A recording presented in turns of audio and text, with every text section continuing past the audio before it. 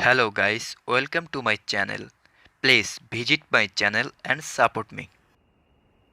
Willpower in its relation to health and disease. 1. There is no doubt that, as a rule, great decision of character is usually accompanied by great constitutional firmness. Men who have been noted for great firmness of character have usually been strong and robust. As a rule, it is the strong physical man who carries weight and conviction. Take as an example William the Conqueror as he is pictured by Green in his history.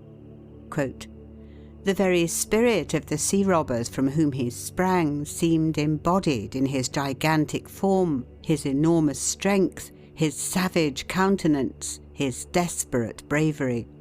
No other knight under heaven," his enemies confessed, "was William's peer. No other man could bend William's bow. His mace crashed through a ring of English warriors to the foot of the standard. He rose to his greatest heights in moments when other men despaired.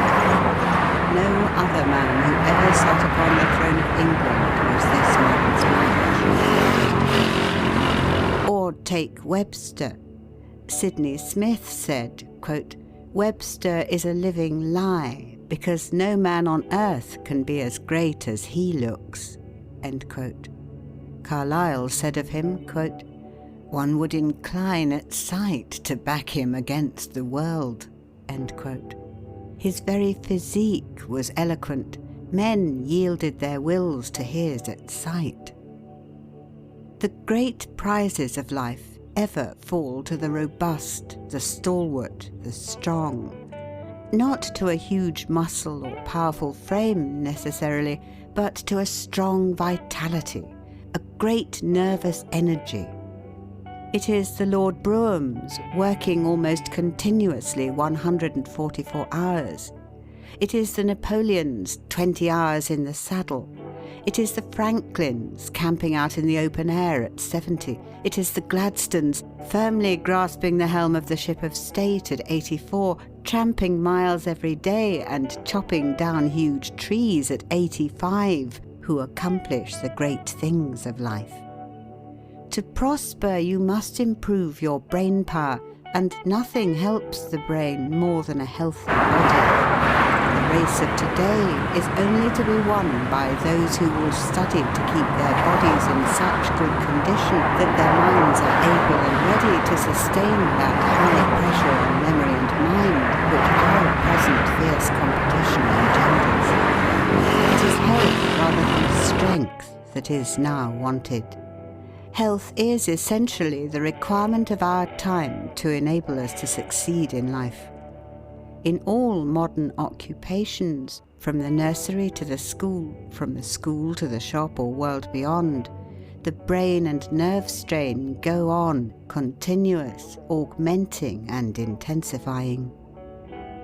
As a rule, physical vigour is the condition of a great career. Stonewall Jackson, early in life, determined to conquer every weakness he had, physical, mental, and moral. He held all of his powers with a firm hand. To his great self-discipline and self-mastery he owed his success. So determined was he to harden himself to the weather that he could not be induced to wear an overcoat in winter. "I will not give in to the cold," he said.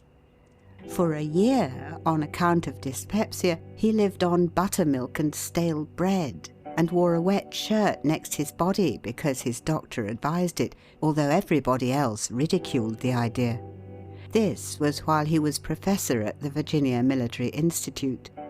His doctor advised him to retire at 9 o'clock, and no matter where he was or who was present, he always sought his bed on the minute. He adhered rigidly through life to this stern system of discipline. Such self-training, such self-conquest, gives one great power over others. It is equal to genius itself. "I can do nothing," said Grant, "without 9 hours' sleep." What else is so grand as to stand on life's threshold, fresh, young, hopeful, with a consciousness of power equal to any emergency, a master of the situation? The glory of a young man is his strength. Our great need of the world today is for men and women who are good animals. To endure the strain of our concentrated civilization, the coming man and woman must have an excess of animal spirits. They must have a robustness of health. Mere absence of disease is not health. It is the overflowing fountain, not the one half full, that gives life and beauty to the valley below. Only he is healthy who exults in mere animal existence, whose very life is a luxury, who feels a bounding pulse throughout his body, who feels life in every limb, as dogs do when scouring over the field, or as boys do when gliding over fields of ice. 2. Yet, in spite of all this, in defiance of it, we know that an iron will is often triumphant in the contest with physical infirmity. Quote, "Brave spirits are a balsam to themselves. There is a nobleness of mind that heals wounds beyond salves." End quote. "One day," said a noted rope walker, quote, "I signed an agreement to wheel a barrow along a rope on a given day. A day or two before, I was seized with lumbago. I called in my medical man and told him I must be cured by a certain day, not only because I should lose what I hoped to earn, but also forfeit a large sum. I got no better, and the doctor forbade my getting up. I told him, 'What do I want with your advice? If you cannot cure me, of what good is your advice?' When I got to the place, there was the doctor protesting I was unfit for the exploit. I went on, though I felt like a frog with my back. I got ready my pole and my barrow, took hold of the handles, and wheeled it along the rope as well as I ever did. When I got to the end, I wheeled it back again, and when this was done, I was a frog again. What made me that I could wheel the barrow? It was my reserve will."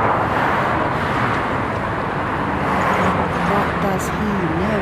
asked the sage, "who has never suffered?" Did not Schiller produce his greatest tragedies in the midst of physical suffering almost amounting to torture? Handel was never greater than when, warned by palsy of the approach of death and struggling with distress and suffering, he sat down to compose the great works which have made his name immortal in music. Beethoven was almost totally deaf and burdened with sorrow when he produced his greatest works.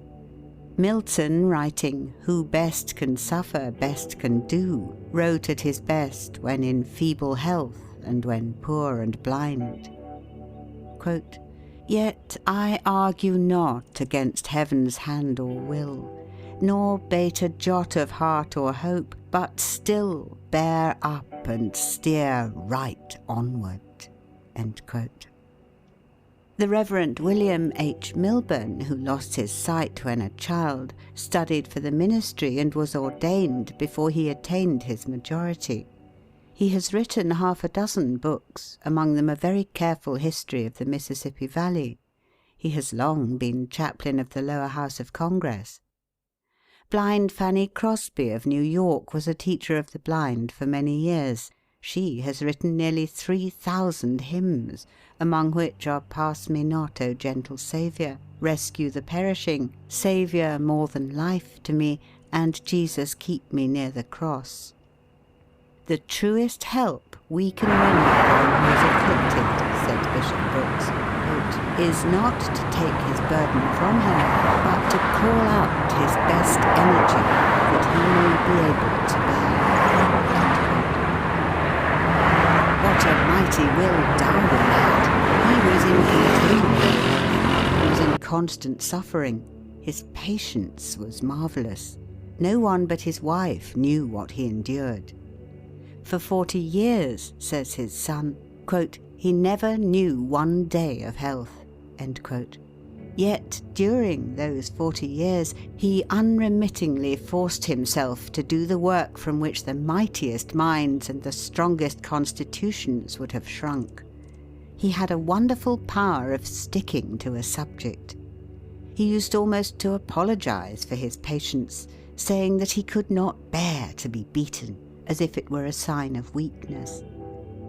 Bulwer advises us to refuse to be ill, never to tell people we are ill, never to own it ourselves. Illness is one of those things which a man should resist on principle. Do not dwell upon your ailments, nor study your symptoms. Never allow yourself to be convinced that you are not complete master of yourself. Stoutly affirm your own superiority over bodily ills. We should keep a high ideal of health and harmony constantly before the mind. Is not the mind the natural protector of the body? We cannot believe that the Creator has left the whole human race entirely at the mercy of only about half a dozen specific drugs which always act with certainty. There is a divine remedy placed within us for many of the ills we suffer. If we only knew how to use this power of will and mind to protect ourselves, many of us would be able to carry youth and cheerfulness with us into the teens of our 2nd century. The mind has undoubted power to preserve and sustain physical youth and beauty, to keep the body strong and healthy, to renew life, and to preserve it from decay many years longer than it does now. The longest lived men and women have, as a rule, been those who have attained great mental and moral development. They have lived in the upper region of a high beyond the reach of much of the jar, the friction and the discords which weaken and shatter most lives. Every physician knows that courageous people with indomitable will are not half as likely to contract contagious diseases as the timid, the vacillating, the irresolute. A thoughtful physician once assured a friend that if an express agent were to visit New Orleans in the yellow fever season, having $40,000 in his care, he would be in little danger of the fever so long as he kept possession of the money. Let him once deliver that into other hands, and the sooner he left the city, the better.